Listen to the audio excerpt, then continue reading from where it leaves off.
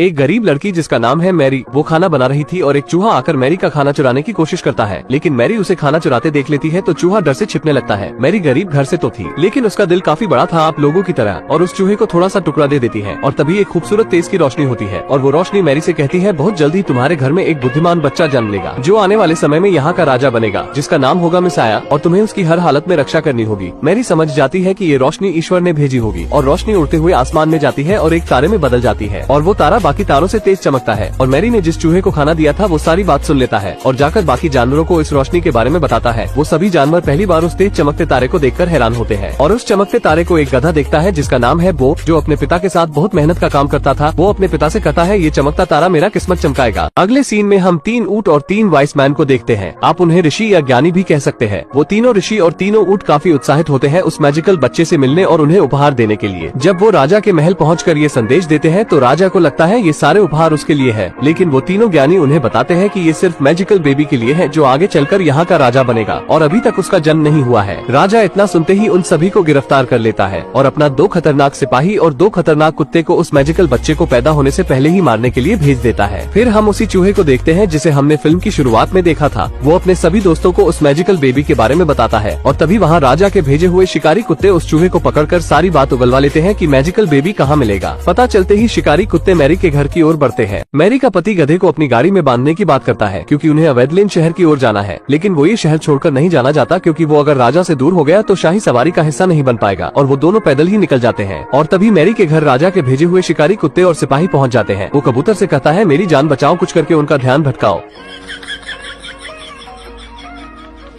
वो बो से मैरी के बारे में पूछते हैं, लेकिन वो उन्हें कुछ नहीं बताता। फिर वो बो के पैर पर बंधे दुपट्टे को देखते हैं तो उसका सुगंध लेकर शहर की ओर बढ़ते हैं और वो ये सब देखकर घबरा जाता है और मैरी को बचाने के लिए निकल जाता है, लेकिन ये उन कुत्तों की चाल होती है और उस गधे का पीछा करते हैं मैरी तक पहुँचने के लिए कि देव बो को बताता है एक शॉर्टकट रास्ते के बारे में, लेकिन वो काफी खतरनाक रास्ता होता है। और वहीं पर बो को एक भेड़ मिलती है जिसका नाम है रूट। वो सारी कहानी रूट को बता देता है। रूट बो को बताती है कि वो भी आने वाले मैजिकल बेबी का बेसब्री से इंतजार कर रही है। ये गधा अपनी मालकिन मैरी को शिकारी कुत्तों के बारे में अपनी भाषा में बताकर चेतावनी देता है, लेकिन उन दोनों को गधे की भाषा समझ में नहीं आती। लेकिन जब गधा पीछे देखता है तो शाही शिकारी कुत्ते उन्हें ढूंढते हुए बाजार में पहुंच चुके हैं। तभी वो मैरी का सॉल पकड़कर उसे आगे ले जाता है ताकि उसे इन शिकारी कुत्तों से छुपा सके, लेकिन वो शिकारी कुत्ते और शिकारी मैरी को देख लेते हैं। पर वो शिकारी अपने दोनों कुत्तों को एक जगह बांध देता है और मैरी को मारने के लिए आगे बढ़ता है। गधा और उसके सभी साथी देखते हैं कि ये खतरनाक शिकारी मैरी पर हमला करने आ रहा है तो देव उसे रोकने के लिए पूरे जोश में जाता है, लेकिन देव आकर भेड़ से कहता है कि तुम जाकर उसे रोको। जब भेड़ उसे रोकने आती है तो शिकारी कहता है, गधा देखता है कि राजा का सिपाही हथियार लेकर मैरी की तरफ बढ़ रहा है। वो जल्दी से जोसेफ के गाड़ी के नीचे लगाए गए पत्थर को हटा देता है, जिससे उसकी गाड़ी तेजी से ढलान की ओर जाकर दूसरी गाड़ी से टकराती है और बहुत हंगामा होता है जिससे बाजार तहस नहस हो जाता है। सिपाही जैसे ही मैरी को मारने के लिए जाता है तभी एक दुकान उसके ऊपर गिरती है और वो कुएं में जा गिरता है। वो ये देखकर बहुत खुश होता है कि मुसीबत टल गई, लेकिन उन्हें बाजार से निकाल दिया जाता है। ये औरत एक दिव्य बच्चे को जन्म देने वाली है और तभी इसके पेट में दर्द होने लगता है, पर ये शिकारी उस बच्चे को मारना चाहता है, इसीलिए ये गधा मैरी को लेकर भागने लगता है। ये देखकर शिकारी उनका पीछा करता है, पर गधा इन्हें एक फार्म में ले जाता है जहाँ जानवरों ने बच्चे के लिए पूरा इंतजाम कर रखा था। मैरी वहाँ बैठ जाती है और गधा बाहर पहरा देने लगता है, लेकिन तभी शिकारी भी वहाँ आ जाता है और उसके कुत्ते गधे को पकड़ लेते हैं। फिर शिकारी अंदर जाने ही वाला था, इतने में वहाँ बहुत सारी भीड़ आ जाती है जिससे इनका ध्यान भटक जाता है और ऊंट शिकारी को घसीटकर खाई में फेंक देते हैं, पर गधा उन कुत्तों की जान बचा लेता है। जिसके बाद ये देखते हैं दिव्य बच्चे का जन्म हो चुका है जो कि बहुत ही खूबसूरत है। ये सुनकर सभी जानवर उस बच्चे को देखने आते हैं। तभी शिकारी कुत्ते भी वहाँ आ जाते हैं जो कि अब सुधर चुके थे। वो बच्चे को देखते हैं कि इतने में वहाँ 3 विद्वान आदमी भी आते हैं जो बच्चे के लिए तोहफा लेकर आए थे और तभी बच्चे का नामकरण भी होता है जो कि है जीसस। फिर सभी बच्चे के लिए प्रार्थना करते हैं और मैरी गधे को फिर से अपना लेती है। जाते जाते आपको बच्चे कैसे लगते हैं कमेंट में जरूर बताना।